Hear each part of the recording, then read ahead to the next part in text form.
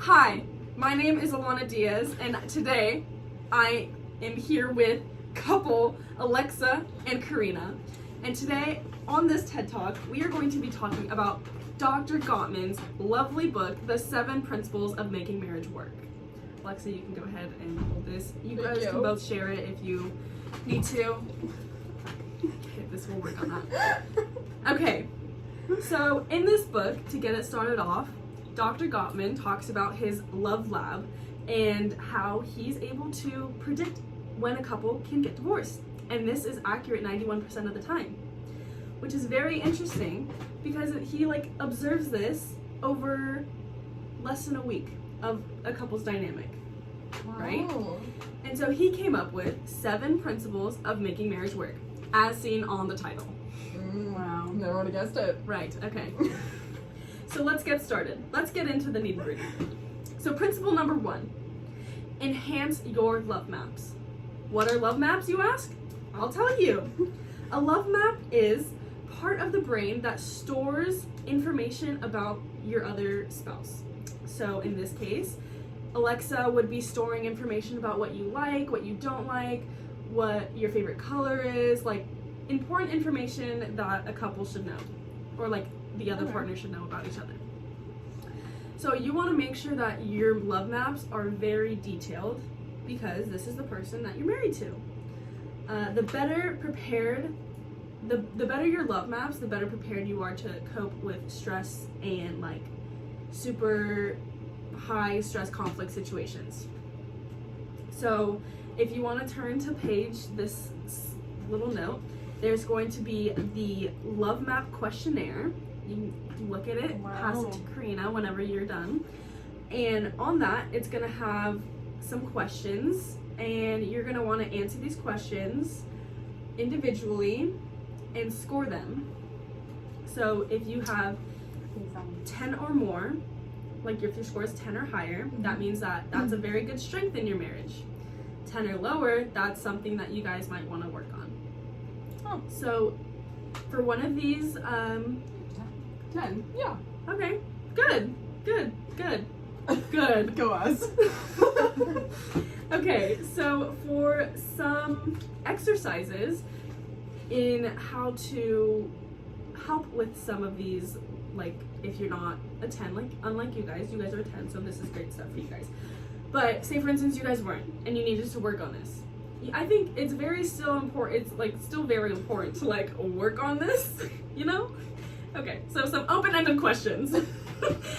So you're gonna take 4 questions and you're gonna take turns being the speaker. Okay. So these are what's my favorite color? And then let's say you ask that to Karina. Karina would then answer. If she gets it right based on what your favorite color is, that would be a point. And then the question is the points vary from the questions. If they're harder, more difficult, there'll be more points. Another one would be this is another exercise. It's not an open-ended question. So the other exercise is called Who Am I? And this is you both individually write your questions and you then exchange them to one another, and you fill it in for that person and then see if they get them right. Okay. So that's principle 1, enhancing your love maps. Principle number 2, nurture your fondness and admiration. What's that, you ask? Okay. This is putting a positive spin on your marriage. So, in your history and what you guys have had in the past, your history, and making it into a happy future rather than sometimes in an unhappy marriage, you'll take a happy time in the past and you'll kind of change it into something that's not necessarily something happy anymore. Kind of twist it into something bad. So if you want to turn to the little tab 2, F&A questions. This is fondness and admiration questions. So they're true and false questions, and like the love maps, this is 10 or higher, strong. and 10 or lower, it's, you know, something to work on. Okay. How are we on this one? We're doing pretty good. Read over N. Wow. We're so good. Good. I'm glad. I'm glad I can be of help. Happy marriage. So now that, you know, you've looked over it, and if you found yourself having some issues, here are some exercises to get you going on how you can better this. So this is called I appreciate.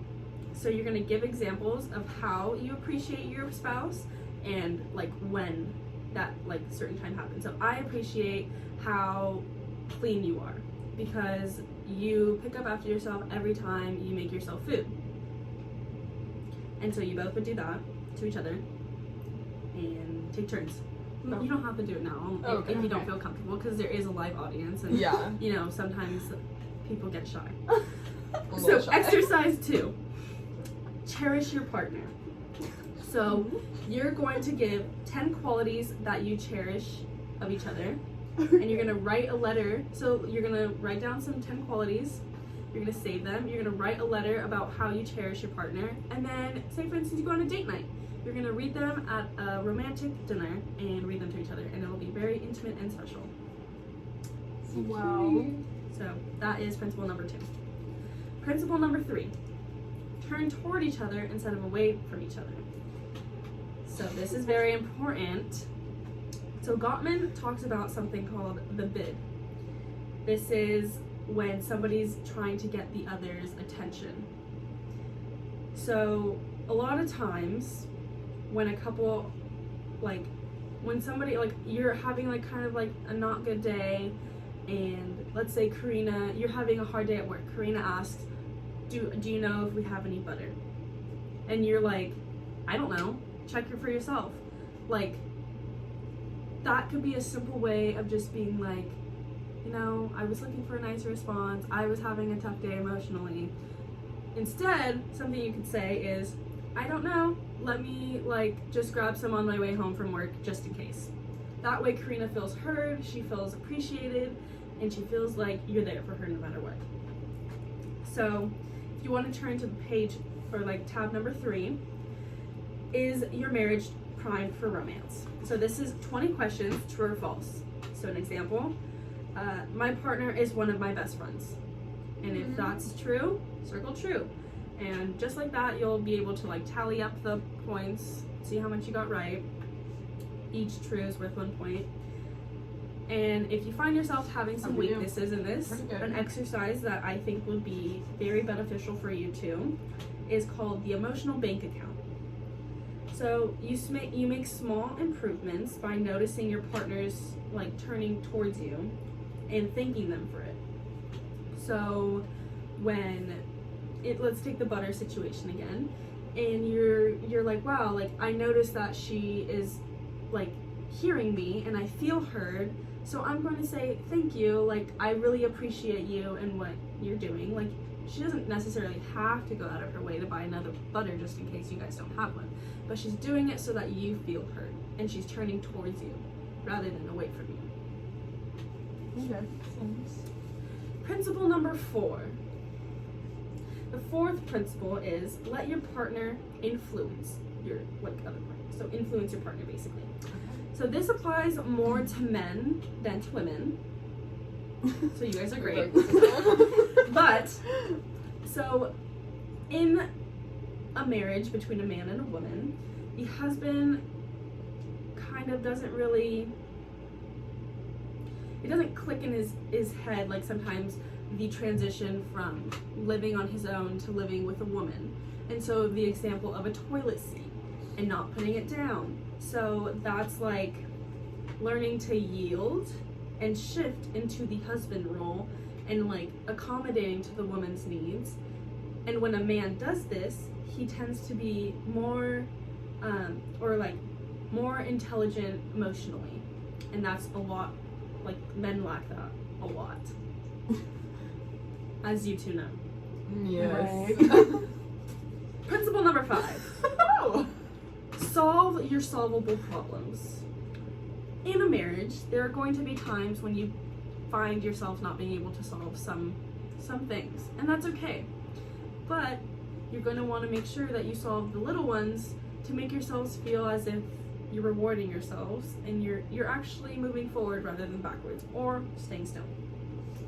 So you're going to want to follow these 5 steps. So a softened startup. So don't necessarily come at each other with yelling and fighting. You're going to come up to each other. You're going to address the issue.